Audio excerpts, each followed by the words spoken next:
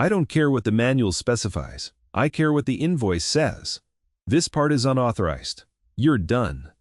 Get your things. I did not flinch. I did not argue. My hands, stained with the honest grease of a day's work, simply stopped moving. I held the offending spark plug, a tiny piece of ceramic and metal worth exactly $3.47, in my palm. It felt heavier than it should. She stood there, Evelyn Reed, CEO of Oracle Aviation, her tailored suit, a stark, sterile gray, against the vibrant life of the hangar. Her heels clicked on the polished concrete, an impatient sound, a sound that didn't belong among the patient hum of turbines and the slow, deliberate work of men who understood them.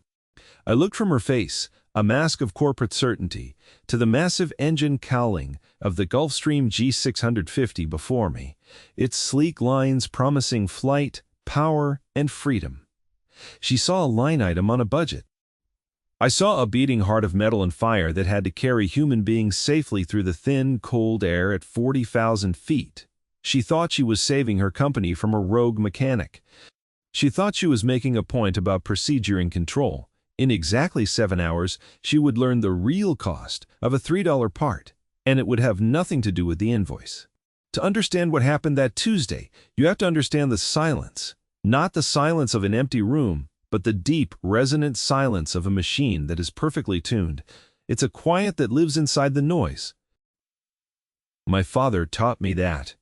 He was an automotive mechanic, a magician with pistons and gears. He could listen to an engine block with a wooden dowel pressed to his ear and tell you which valve was thinking about sticking, weeks before it ever would. "The machine tells you what it needs, Marcus," he'd say, his voice a low rumble like a well-maintained V8. "It speaks in vibrations, in heat, in silence. Most people are too busy listening to themselves to hear it." He left me 2 things when he passed: that piece of wisdom and his old Starrett micrometer. It was heavy, cold, and perfect. A tool for measuring tolerances down to the 10,000th of an inch, a tool for finding the truth. I brought that philosophy with me from the garage to the hangar. An aircraft is just a more complicated engine with wings. It speaks a more complex language, but it still speaks. For 12 years, I had been its interpreter at Oracle Aviation. I wasn't just a mechanic, I was a diagnostician. I held the highest A&P ratings with additional avionics certifications. I was the one they called when the computer said everything was fine, but the pilot felt a ghost in the controls. I was the one who could stand on the tarmac, close my eyes, and hear the subtle arrhythmia in a turbine spinning up that signaled the bearing was nearing the end of its life cycle. The hangar was my cathedral, a vast echoing space, filled with the smell of hydraulic fluid, jet fuel, and ozone. Light streamed down from massive skylights, illuminating the fleet of 10 pristine executive jets. They were monuments to wealth and speed, but to me they were living things. Each had a personality, a history, logged in meticulous maintenance records and in the feel of its fuselage under my hand. I knew N700RA, the flagship G650, had a slight shudder in its number 2 engine during rollback that wasn't in any manual. I knew the Falcon 8X. N701RA had a finicky galley water pump that would trip its breaker if you looked at it wrong. My daughter Maya loved the hangar. She was 7. On the rare Saturday I had to come in, I'd bring her. She'd sit on a stool, her small legs swinging, and draw pictures of planes with smiling faces while I worked. She understood the sanctity of the place. She never ran. She never shouted. She just watched, her eyes wide with a quiet awe that I still felt every single morning I walked through the massive sliding doors. She was the reason I was here. Every bolt I torqued, every wire I secured was for her. A single father's promise written in safety wire and hydraulic seals. That Tuesday started like any other. 06:00 hours. The air was cool and crisp. I was performing a scheduled 100-hour inspection on N700RA. It was meticulous, painstaking work. You develop a rhythm, a flow. You don't just look, you see. You don't just touch, you feel. The work is a conversation. While inspecting the ignition system on the starboard engine, I found it. Spark plug number 7.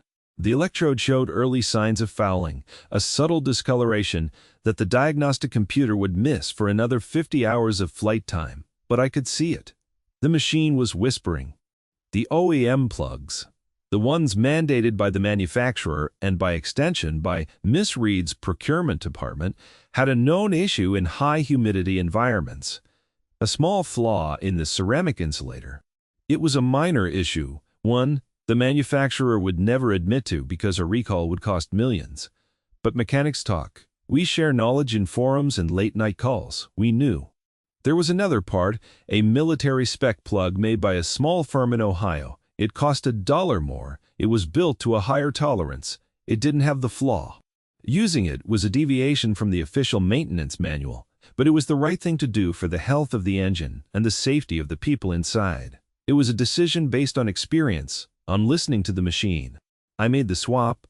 I logged it, noting the part number and the reason for the deviation. I was being transparent. I was doing my job. That was my mistake. Not the swap itself, but believing that competence and integrity would be recognized, let alone valued. At 14:30 hours, Miss Reed descended from her glass-walled office overlooking the hangar floor. She wasn't an aviation person. She was a finance person brought in to maximize profits. She saw the jets, not as marvels of engineering, but as assets on a balance sheet. She was trailed by a nervous-looking floor manager and a young apprentice named Leo.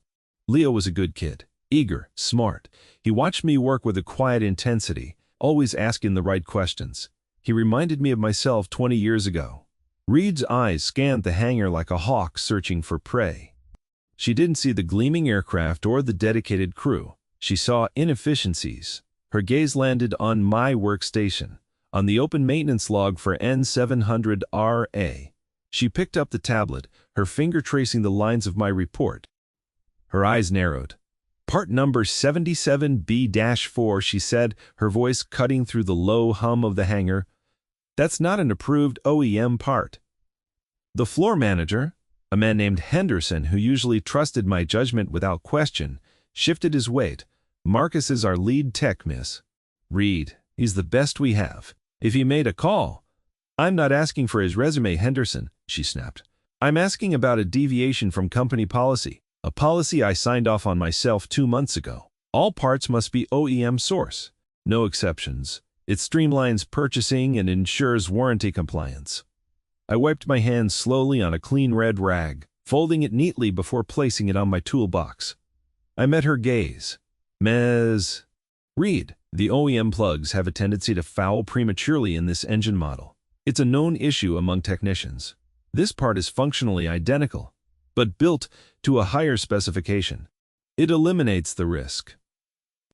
She scoffed, a small, sharp sound of disbelief. The risk? The manufacturer guarantees the safety of their parts. Are you suggesting you know more than the multi-billion-dollar corporation that designed this engine? I know what this specific engine is telling me, I said, my voice even calm. And what is it telling you? That it needs you to spend an extra $1.22 per plug without authorization. She held up the invoice I had submitted. This is about process. It is about control. If I let a mechanic make a $3 decision, what's next? A $30,000 decision. Where does it end? Leo watched, his face pale. He was learning a lesson, but not the one Ms. Reed intended. He was learning that in some places, doing the right thing and doing what you are told are two very different paths. It ends with a safer aircraft, I said simply.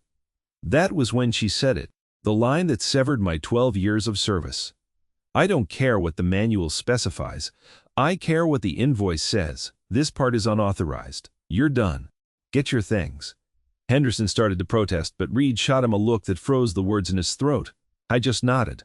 There was no anger in me. There was a profound, cold clarity, a sense of disappointment, but also of inevitability. You cannot reason with a person who is not listening. You cannot explain the silence to someone who only hears the noise of their own authority. I turned to my toolbox, the big red rolling chest that had been my partner for over a decade. I began to wipe down my tools one by one with a clean, oil-scented cloth. The weight of each wrench, each screwdriver, was familiar, comforting. Leo approached me, his voice barely a whisper. "Marcus, I'm sorry. That wasn't right." I placed a hand on his shoulder. "Just do good work, Leo. Listen to the machine." I packed my personal effects. A photo of Maya taped inside the toolbox lid. My father's micrometer in its worn wooden case. I didn't make a scene. I didn't raise my voice. I simply erased myself from the place I had helped build. As I walked toward the door, I passed N700RA. I ran my hand along its fuselage, a silent goodbye. The cold aluminum felt like a living thing under my palm. It knew. The security guard at the gate was apologetic as he took my ID badge. I watched the hangar doors slide shut in my rearview mirror, the Oracle Aviation logo shrinking until it was gone. The silence in my truck was different. It wasn't the silence of a well-tuned machine. It was the silence of an ending. I was home by 1600 hours, just in time to meet Maya's school bus. She ran into my arms, all sunshine and missing teeth. "Daddy, can we build my LEGO rocket tonight? We can build a whole space station," I said, lifting her up. In that moment, holding my daughter, the hangar and the jets, and Evelyn Reed felt a million miles away. We did homework, we made spaghetti, we started construction on a magnificent multi-stage Lego rocket. The world shrank to the size of our small, warm kitchen. There was no hum of turbines, just the sound of Maya's laughter and the quiet click of plastic bricks snapping together. It was a different kind of well-tuned machine. It was my life. The first call came at 1847 hours. It was Henderson, the floor manager. His voice was tight with stress. "Marcus, hey. Listen, we've got a problem." "I don't work there anymore, Henderson," I said, my voice neutral. I was helping Maya glue a fin onto her rocket. I know, but this is weird." The whole fleet just went dark. Dark? The FMS, the Fleet Management System. It's completely locked down. Every terminal is showing a red screen. System-wide diagnostic lockdown. No flight plans can be filed. No engines can be started. It's a brick. The entire fleet is grounded. I looked at the Lego rocket. Did anyone make any unauthorized hardware changes today? There was a pause. What? No, of course not. Well, the only thing was that spark plug. We swapped it back to the OEM part on N700RA, just like she wanted. Logged it and everything. "There's your problem then," I said. "What are you talking about? It's a spark plug." "How can a spark plug take down a $10 million software suite?" "It can't," I said, "but the system can." The FMS at Oracle Aviation wasn't an off-the-shelf product. It was my design. 3 years ago, after a near-miss incident caused by a counterfeit part making its way into the supply chain, I had proposed a new system. I spent nights and weekends for 6 months building it. It was a holistic, diagnostic and logistics network that integrated every aspect of the fleet's maintenance. It tracked every part, every flight hour, every repair. But it had a core security feature, a silent guardian that I had built into its base code. I called it the Integrity Protocol. The protocol was simple. The system maintained a perfect one-to-one digital twin of every aircraft, down to the last rivet and resistor. When a mechanic replaced a part, they logged it, and the digital twin was updated. The system then verified the part against a database of approved components. But I had gone a step further. I had added a secondary verification layer for a few dozen critical components, parts that were small, cheap, but could cause catastrophic failure, parts that were often targets for counterfeiters or cost-cutting, parts like spark plugs. If the system detected one of my designated integrity-critical parts being replaced with a component that I had flagged in the BEDCHR as substandard or problematic like the OEM spark plug for that specific engine, it wouldn't reject it immediately. That would be too obvious. Instead, it would start a silent 4-hour countdown. It was a cooling-off period, a chance for the mechanic to realize their error and correct it. If the change wasn't reversed within that window, the protocol would assume a systemic failure in maintenance oversight or a deliberate act of sabotage. It would then do exactly what it was designed to do: protect the assets and the lives they carried. It would trigger a fleet-wide hard lockdown. It would ground everything until someone with the highest level administrative override, which was just me, could physically inspect the aircraft and clear the code. I had presented the full functionality to the old CEO. He had understood the necessity of it. He saw it not as a constraint, but as the ultimate safety net. But Evelyn Reed had never bothered to read the full technical specifications. She had just seen the licensing fee I was paid for its upkeep and tried to have her IT department reverse engineer it to cut costs. They had failed. "Marcus, you have to help us," Henderson pleaded. "There's a hurricane building in the Atlantic. We have 3 client families we need to evacuate from a private island in the Bahamas. Reed is losing her mind. She's talking about millions in liability. Tell her to check the invoice," I said, and gently hung up the phone. Maya looked up at me. "Who was that, Daddy?" "Just someone from my old job," I said, smiling. "Now, does this command module look right to you?" The second call came at 2012 hours. It was from a number I didn't recognize. I let it go to voicemail. A message popped up a minute later. It was the head of the legal department. His voice was a strained, artificial calm. He talked about contractual obligations and duty of care. He mentioned my FMS licensing agreement. I deleted the message. The contract stipulated that I maintain the system. It did not stipulate that I had to protect the company from its own incompetence. The system was functioning perfectly. It was doing its job. At 21:30 hours, there was a knock at my door. I was reading Maya a bedtime story about a girl who travels to the stars. I looked through the peephole. A long black sedan was parked at the curb, its engine idling. Standing on my small concrete porch, illuminated by the single yellow bulb, was Evelyn Reed. Her immaculate gray suit was rumpled. Her carefully composed face was a mess of panic and fury. The hunter had become the hunted. I finished the chapter, kissed Maya goodnight, and turned on her star projector. Tiny galaxies swirled across her ceiling. I went to the door and opened it. I didn't speak. I just stood there, filling the doorway. "The fleet is grounded," she said. It wasn't a question. It was a statement of fact, spat out like something bitter. I waited. The silence stretched. The chirping of crickets filled the night air. "The FMS, it's your system. They told me it's locked, some kind of protocol." I remained silent. I held my father's micrometer in my hand. I'd been cleaning it at the kitchen table. The weight of the steel was cool and steadying. "This is extortion," she hissed. "You did this. You sabotaged us because I fired you." "No," I said, my voice quiet but firm. It was the first time I had spoken. "You sabotaged yourself. The system is operating exactly as designed. It's preventing a potentially unsafe aircraft from flying. That's its job." "An unsafe aircraft? Over a $3 spark plug? That's insane." "The spark plug was the symptom," I said.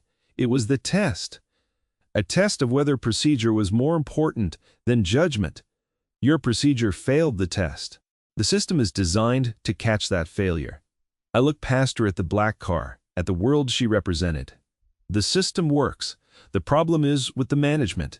Her certainty finally cracked. The mask fell away, and for a second I saw raw, desperate fear in her eyes. The hurricane, the clients, the millions of dollars bleeding away with every second her jets sat silent on the tarmac. Her career was flashing before her eyes. "Fix it," she said, her voice dropping to a plea. "I need you to fix it. Name your price. I'll pay it. I'll give you your job back." "My job is not for sale, Ms. Reed, and I already have a job. I'm a father." I glanced back toward Maya's room. "Some things don't have a price tag." "Then what do you want?" she cried, her voice breaking. I looked at her for a long moment. I didn't want revenge. I didn't want money. I wanted acknowledgement. Not for me, but for the principle, for the work itself, for the silent, vital knowledge that people like her dismissed as a line item. "I want a new contract," I said. "Not with Oracle Aviation. With the board of directors. A new, independent firm. My firm. It will be responsible for final airworthiness directives and maintenance oversight for the entire fleet." My decisions will be final, not subject to approval from a finance department. My firm will be paid a consulting fee of $300,000 per year. And I want a written apology, not to me, to my crew, to Leo, to Henderson, to every mechanic in that hangar. An apology for questioning their professionalism and prioritizing cost over safety.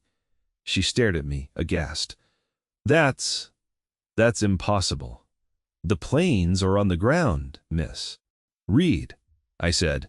They will not fly again until the system is reset. I am the only one who can do that. You seem to be in a very possible position. You have my terms. I didn't raise my voice. I didn't need to. The silence of 10 grounded multi-million-dollar jets was shouting for me. She stood there, on my porch, in my world, and for the first time, she had no power. She was just a woman who had made a very, very bad decision. She pulled out her phone. Her hands were shaking. She made a call. I heard her choked, furious voice speaking to, I assumed, the chairman of the board. I didn't listen to the details. I didn't need to. I had already won. I went back inside, leaving the door open. I walked to my kitchen and poured myself a glass of water. I could hear the murmur of her conversation, the frantic, pleading tone. 5 minutes later, she appeared in the doorway of my kitchen. Her face was pale, defeated. They agreed, she said, the words tasting like ash in her mouth. Everything. The contract will be drafted by morning. Now, will you please fix it? I will, I said. Get in your car. I'll follow you. I didn't drive back to Oracle Aviation in her chauffeured sedan. I drove my own 10-year-old truck. I needed the familiar rumble of its engine, the feel of my own hands on my own steering wheel. When I arrived, the hangar was a hive of frantic, useless activity. Executives in suits were yelling into phones. The entire night shift of mechanics was standing by, helpless. They all stopped when I walked in. A hush fell over the massive space. Evelyn Reed was waiting for me. A forced, brittle composure plastered on her face. She tried to lead me toward the main office. I ignored her. I walked directly to the central server room, a glass-walled enclosure in the center of the hangar floor. Henderson and Leo were there, standing by the main terminal, which glowed with an angry, uniform red. Leo looked at me, his eyes wide. I gave him a small, almost imperceptible nod. He understood. This wasn't about me coming back. This was about the work being respected. I sat down at the terminal. Reed and a handful of other executives crowded behind me, peering over my shoulder. The screen showed a single line of text against the red background. System lockdown. Initiated. Integrity Protocol 77B. Poor. Awaiting. Override. I typed a single command. It wasn't a long, complicated password. It was a question. Query, is the machine safe? The system responded, response. Negative. Unauthorized hardware detected. N700, Ray. Engine 2, ignition 7. Risk of premature component failure under thermal load. The machine was still talking, still whispering its truth. I looked at Henderson. Go back to N700RA. Reinstall the part I put in this morning. The military spec plug. Log it properly. Henderson nodded, a look of dawning comprehension on his face. He and Leo hurried off. Reed started to object, to say something about procedure, but she stopped herself. She had no more moves to make. We waited. 10 minutes later, Henderson's voice came over the hangar intercom. Marcus, it's done. I turned back to the screen. I typed another command, verify. N700, RANG, 2 IGN7. The system processed for a moment. Then, new text appeared. Verification complete. Authorized component. Detected system integrity restored. I typed the final override. It wasn't a code, it was a name. Moi. The red screen flickered. For a heart-stopping second, it went black. Then, it flashed green. Every terminal in the hangar, on the tarmac, and in the control tower blinked to life. Flight plans appeared. Engine diagnostics showed all green. The lockdown was over. A collective sigh of relief went through the room. From across the hangar, I heard the most beautiful sound in the world, the The slow, whining spool-up of a jet turbine engine. The pilots were already beginning their pre-flight checks. The silence was broken. I stood up from the chair. I didn't look at Evelyn Reed. I didn't say a word to anyone. My work was done. I walked out of the server room and headed for the exit. As I passed my old workstation, I saw my main toolbox still sitting there, exactly as I'd left it. I opened the top lid, took out the worn wooden case containing my father's micrometer, and placed it on the bench. I walked out of the hangar and didn't look back. I got in my truck and drove home. The eastern sky was just beginning to turn a soft, hopeful gray. 6 months later, I was standing not in a hangar, but in a small, clean office, with a window that overlooked a regional airport. The sign on the door read, Aviation, Integrity Consulting. Thorne Proprietor. My firm now held oversight contracts for 3 different corporate fleets. My job wasn't to turn wrenches anymore. It was to listen, to interpret, to ensure that the people who owned the machines respected what the machines were telling them. Evelyn Reed was removed as CEO by the Oracle board less than a month after the lockdown. I read in a trade journal that she took a position at a venture capital firm, a place where mistakes are measured only in dollars, not in lives. Oracle Aviation was restructured and eventually sold to a larger competitor 2 months ago. The name no longer exists. I got a text from Leo last week. It was a picture of him standing next to the landing gear of a G650. He had been promoted to lead mechanic. In his hand he was holding my father's micrometer. The caption just said, listening. My father always said, the machine tells you what it needs. You just have to listen. Evelyn Reed heard the cost of a $3 spark plug. She listened to the noise of an invoice. I listened to the engine. The engine was whispering about a potential failure at 30,000 feet over a dark ocean. The difference between those two sounds, the noise and the whisper, is everything. Some people in this world are trained to see only what things cost. They can calculate risk and profit to the 10th of a decimal point. But they can never understand what a thing is truly worth. They can't measure the value of integrity, of experience, of a quiet promise between a man and a machine. That value can't be logged on a balance sheet, but its absence can ground a fleet, or, worse, make one fall from the sky. This afternoon, I picked Maya up from school. We went to the park behind our house, a big, open field. I had brought the kite we bought last weekend. The wind was perfect, a steady, invisible river flowing across the grass. I held the kite up, and she held the string. I let go, and the wind took it. It climbed, a bright yellow diamond against the deep blue sky, soaring higher and higher. Maya laughed, her face turned up to the sun, a picture of pure, simple joy. The kite wasn't a complex machine. It was just fabric and string. But it was flying, it was safe, and it was free. We all have a choice about what we listen to in our lives. The loud demands of the urgent or the quiet truths of the important. Choose wisely.